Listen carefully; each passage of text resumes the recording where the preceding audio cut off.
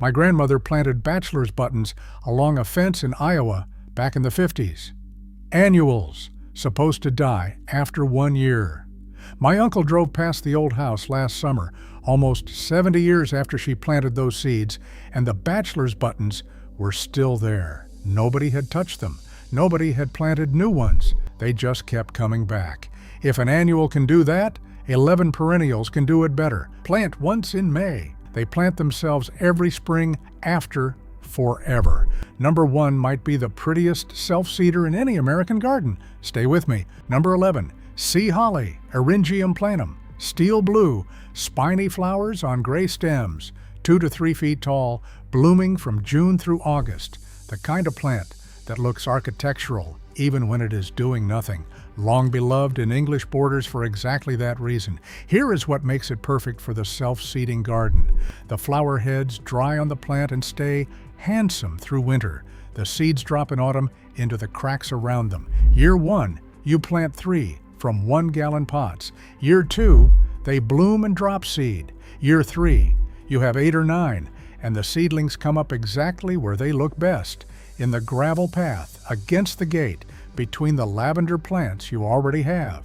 Florists charge $15 a stem for these in November. Yours are free. Cut them in August and they hold their color in a dry vase for 2 years. I keep meaning to dig up the original 3 I planted in 2008. I never get around to it. The colony just keeps quietly running itself. Zones 5 through 8, full sun, well-drained soil. It is the only thing they will not forgive. Pair with yarrow and lavender for a Mediterranean corner that takes care of itself. Number 10, Mexican hat, Ratabida columnifera, a tiny sombrero on a daisy stem. Yellow petals droop back from a tall, narrow, brown cone, sometimes two-toned with mahogany red. The plants grow 1 to 3 feet tall, with blooms from June through September. This plant comes from the American prairie.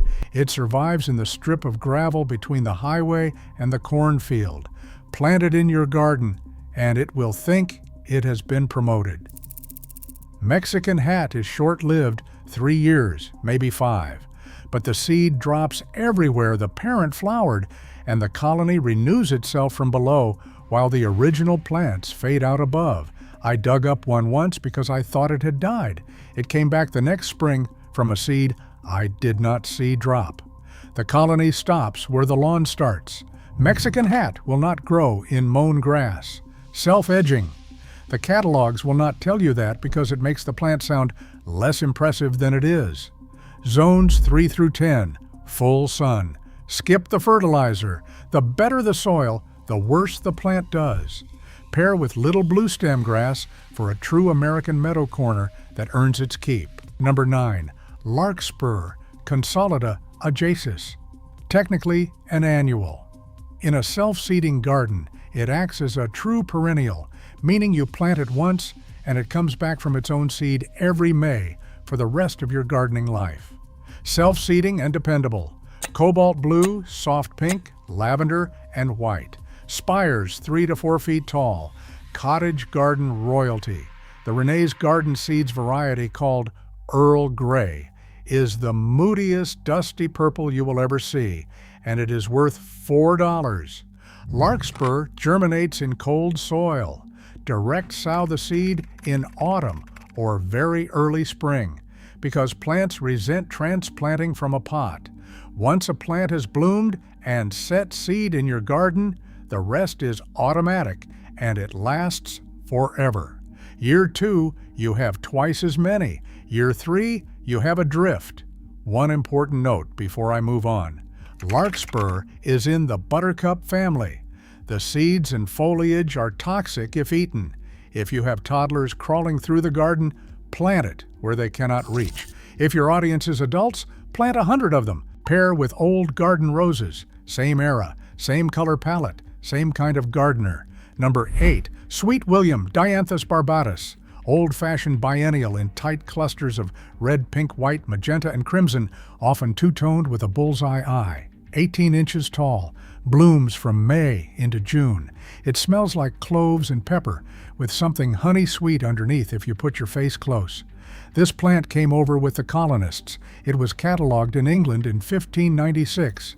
It was planted at Hampton Court before English settlers arrived in America. Here is what makes Sweet William perfect for the self-seeding garden. In the first year, it makes a rosette of leaves and weights.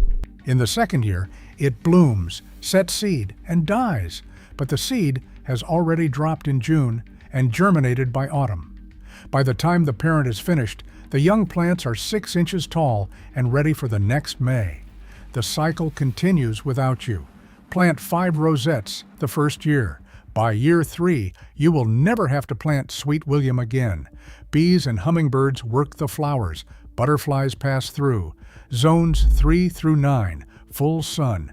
Pair with peonies. They bloom in the same window, and the contrast of the round peony and the flat-clustered Sweet William is what classic American front yards looked like before lawns swallowed everything. Number 7. Wood Phlox Blue Moon, Phlox divaricata. Native to the eastern American woodland floor, it blooms the same week the dogwoods open in April.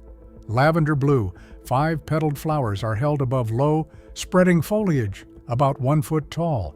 They become fragrant with sweet honey in the evening when the moths come out. The variety Blue Moon was selected by Bill Cullenna at the Garden in the Woods in Massachusetts.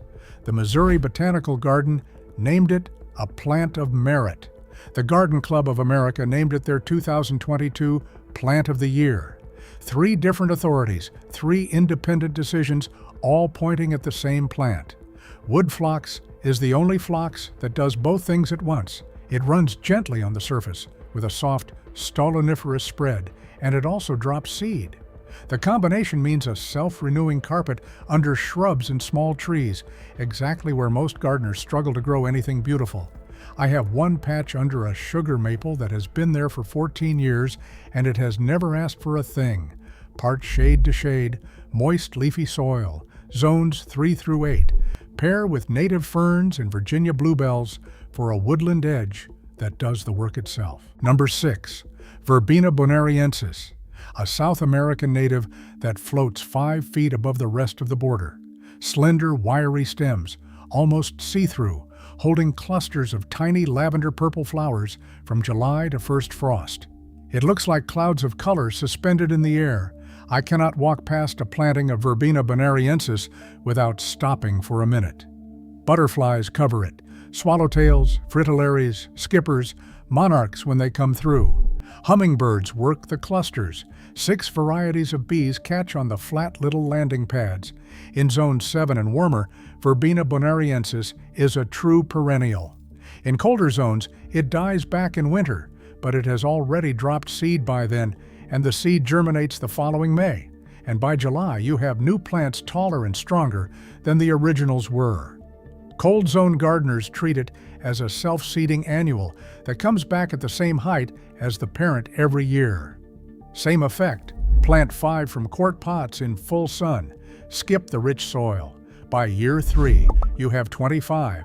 Space through the border in a pattern you would never have designed yourself, and it always looks better than what you would have designed.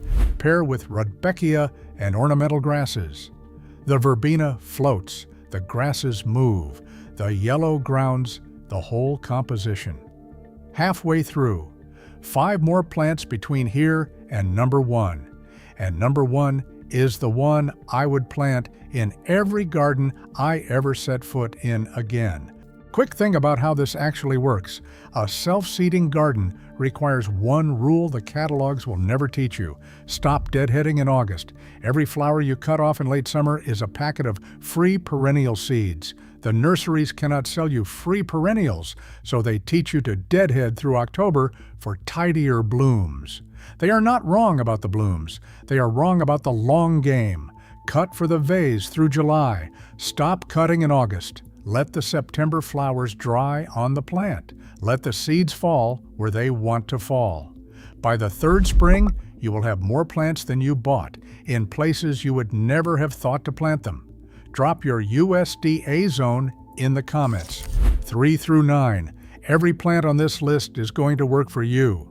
If you are gardening in Zone 2, you have my respect. If this is the kind of gardening you want, the kind that builds itself, subscribe.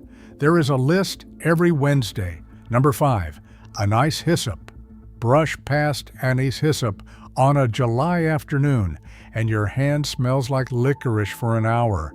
Native to the upper Midwest prairies. Lavender flower spikes 2 to 4 feet tall, blooming June through September. Pollinator magnet. Bees stack on the spikes. Hummingbirds work them like fuel stops between feeders. Butterflies cover them in August. Cut a stem for the kitchen, and the whole house smells like anise tea. Here is the self-seeding mechanism. Anise hyssop drops seed in late summer. The seedlings come up the following May, exactly where you would have wanted to plant them, between the parent plants, filling the gaps where the old ones thinned. By year 4, you have a colony that holds its size as old plants die and seedlings take their place. The footprint stays the same year after year. You did the planting once. Zones 4 through 9. Full sun, average soil. It actually does worse in rich soil. Pair with native coneflower and black-eyed Susan for a prairie border that pollinators travel for miles to find. Number 4. Blazing Star, Liatris spicata. Tall purple bottle brushes that bloom from the top down instead of the bottom up. The topmost flowers open first, and the wave moves downward over 6 weeks. Native to the wet meadows and prairies of the central and eastern United States, 3 to 4 feet tall. The cut flower industry pays $1 a stem for these, but yours are free. Liatris reproduces 2 ways at once. The plant builds small starchy corms underground that multiply at the base every year. The flowers also set seed, which drops and germinates the following spring. By year 4, you have a colony of 12 or 15 plants from the original 3. The colony stays adaptable to wet or dry seasons once it is established, although Liatris corms do rot in waterlogged winter soil, so plant where rain can drain. Goldfinches sit on the spent stems in October and pull the seeds out one at a time. I watch them from the kitchen window. They look like small yellow ornaments hung on dark sticks. Zones 3 through 8, full sun.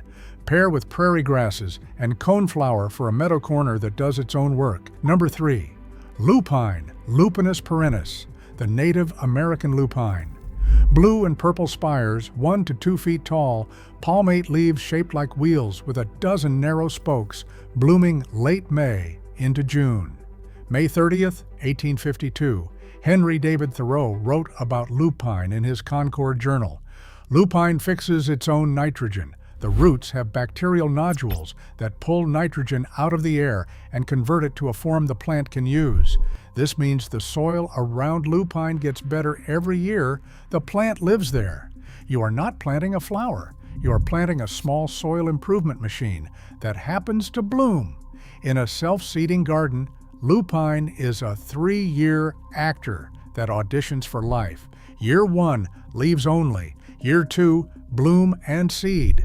Year 3 or 4, the original plant declines while the seedlings around it take over. The colony renews itself if you let the seed pods dry on the plant and split open naturally. Some of the roadside lupines you see in Maine in June are a different species, Lupinus polyphyllus, and they are gorgeous but not native.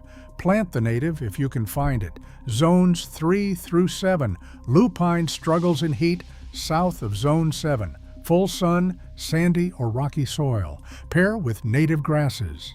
Number 2, purple coneflower, Echinacea purpurea, straight species, not fancy hybrids. Pink-purple daisy petals drooping back from a tall, spiky orange-brown cone. 2 to 4 feet tall, blooming July through September. The kind of flower a child draws when you ask them to draw a flower. Here is the rule that matters. The species form, straight Echinacea purpurea, self-seeds reliably. The fancy hybrids with names like Hot Papaya and Cheyenne Spirit do not. Most of those hybrids are sterile, and the ones that do set seed will revert to the species color, which is fine, but is not what the catalog charged you $22 for. The University of Georgia Perennial Program has long recommended species coneflower as one of the most dependable garden perennials for the American gardener. Mount Cuba Center in Delaware ran multi-year coneflower trials, and the species-style coneflowers consistently outperform the flashy hybrids on longevity and reseeding. I have planted maybe 40 echinacea cultivars in my life. Most are dead. The straight species is still going. Zones 3 through 8, full sun. Pair with Anise hyssop, blazing star, and black-eyed Susan for the classic American prairie border. Goldfinches will eat the seed cones in October. Number 1, Columbine, Aquilegia canadensis, and Aquilegia vulgaris. The plant that has been quietly seeding itself across American gardens for 300 years and still catches gardeners by surprise every May.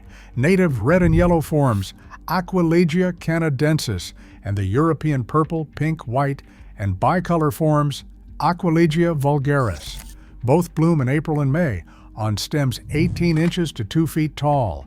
The flower itself is one of the architectural marvels of any garden.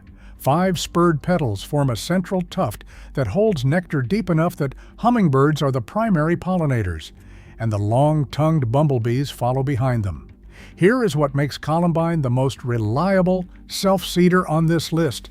The dried pods open in July. Small black seeds drop within a foot of the parent. Seedlings come up by September, sit through winter as small rosettes, and bloom the following May. The cycle from seed to flower is 12 months, shorter than almost any other perennial. The two species cross with each other freely, so by year 4, your garden has Columbine in colors you never bought. I have planted Columbine maybe 4 or 5 times in 40 years of gardening. I have never planted it twice in the same garden. They take care of that part. Zones 3 through 9, part shade is ideal, and full sun works in cooler climates. No fertilizer, no fuss. Pair with peonies, woodland phlox, and old garden roses for the cottage border every gardener wants and most have to fight to maintain. Plant Columbine once, walk away. 20 years from now, somebody else will be looking at the garden you started. 11 perennials, one garden that plants itself. If you are tired of replanting, drop your zone below. Tell me which one you are planting this May. Send this to one gardener who needs it.